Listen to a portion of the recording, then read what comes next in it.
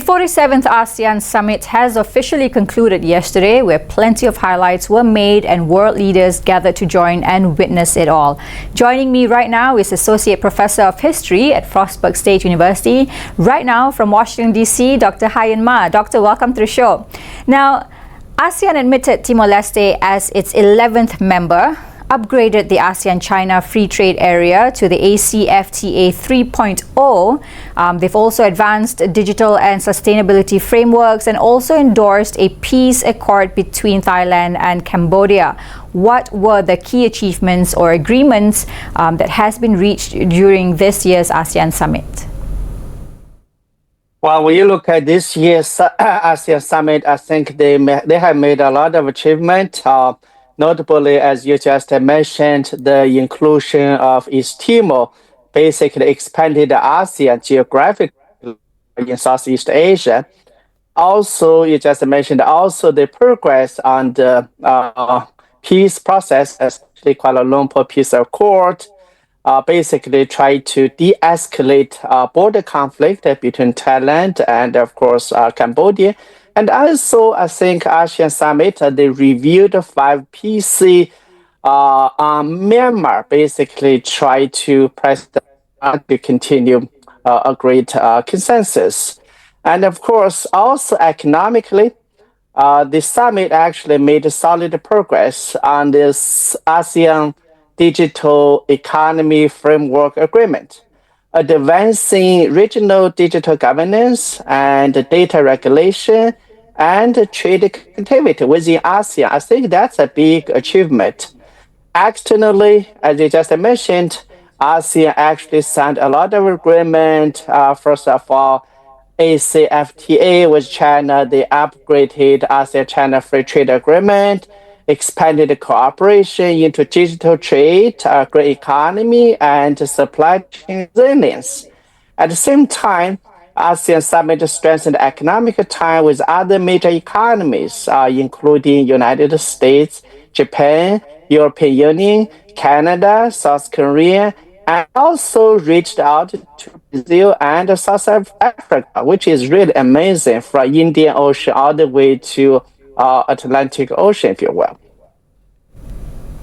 Right, Dr. Ma. Now, it has been established that the summit's outcomes truly support ASEAN's long-term goals of deeper regional integration, inclusivity, and also stability through stronger economic, digital, and also political cooperation. Now, how do these outcomes of the summit align with ASEAN's long-term vision for regional integration and also stability? Well, of course, the integration of Timor and the peace efforts in Cambodia, Thailand, and Myanmar definitely enhanced the political and security pillar of the ASEAN 2045. And also the advancement of DEFA support economic integration and digital connectivity within ASEAN, and also proposed cooperation with FIFA. I think that's really stressing the social, culture, identity, and unity within ASEAN. Given the large youth population, I think this cooperation will really help strengthen ASEAN identity as a whole. And of course, also expanded external partnership, reinforce ASEAN centrality and global relevance. Dr. Ma, disputes over Myanmar's crisis, internal economic disparities, and also border tensions were addressed through renewed commitments and also a dialogue and consensus-based diplomacy. Now, what major challenges or disagreements emerged among member states, and how were they addressed?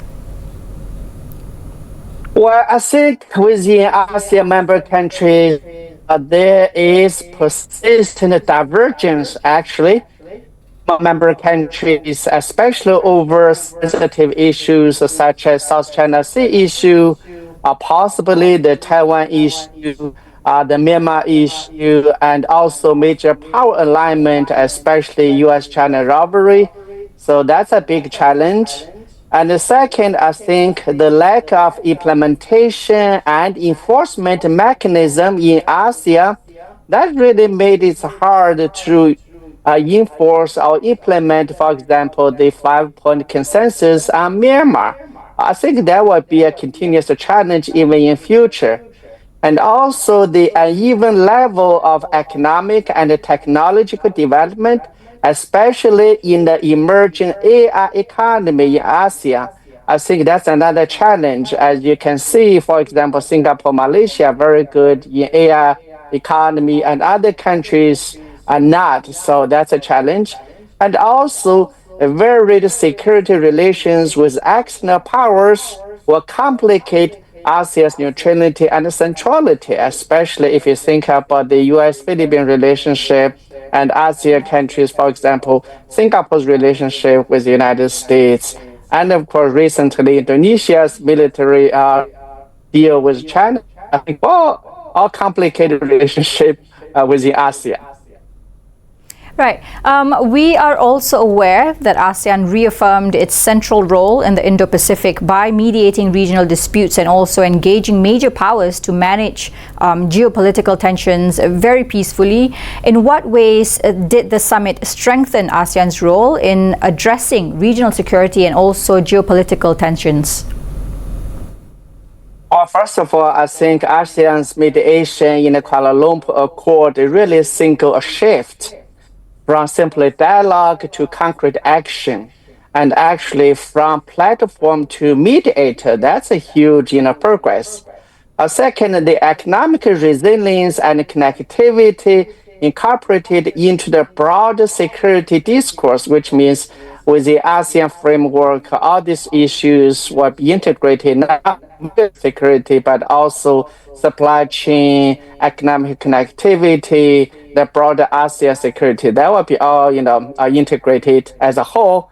And also engagement with multiple major powers, I think will help diffuse the binary greater power rivalry in Southeast Asia, especially between US and China. So that's really strengthening ASEAN's, regional and geopolitical role as a dependent actor.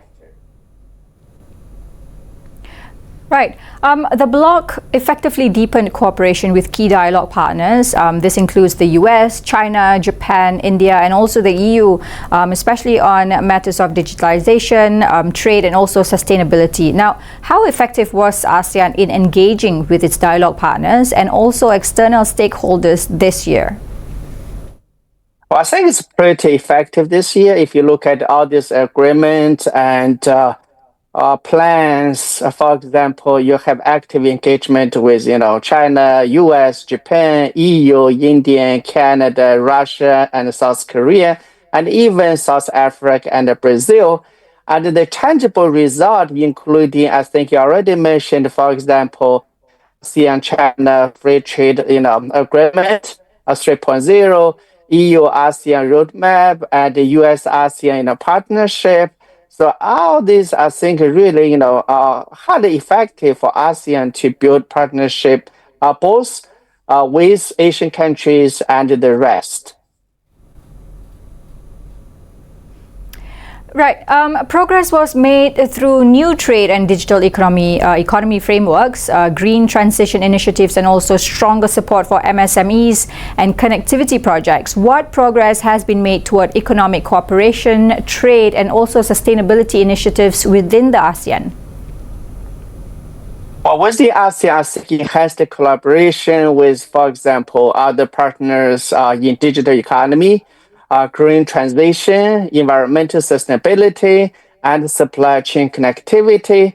But at the same time, I see very limited progress on internal initiatives such as ASEAN Common Market or joint ventures in critical industry.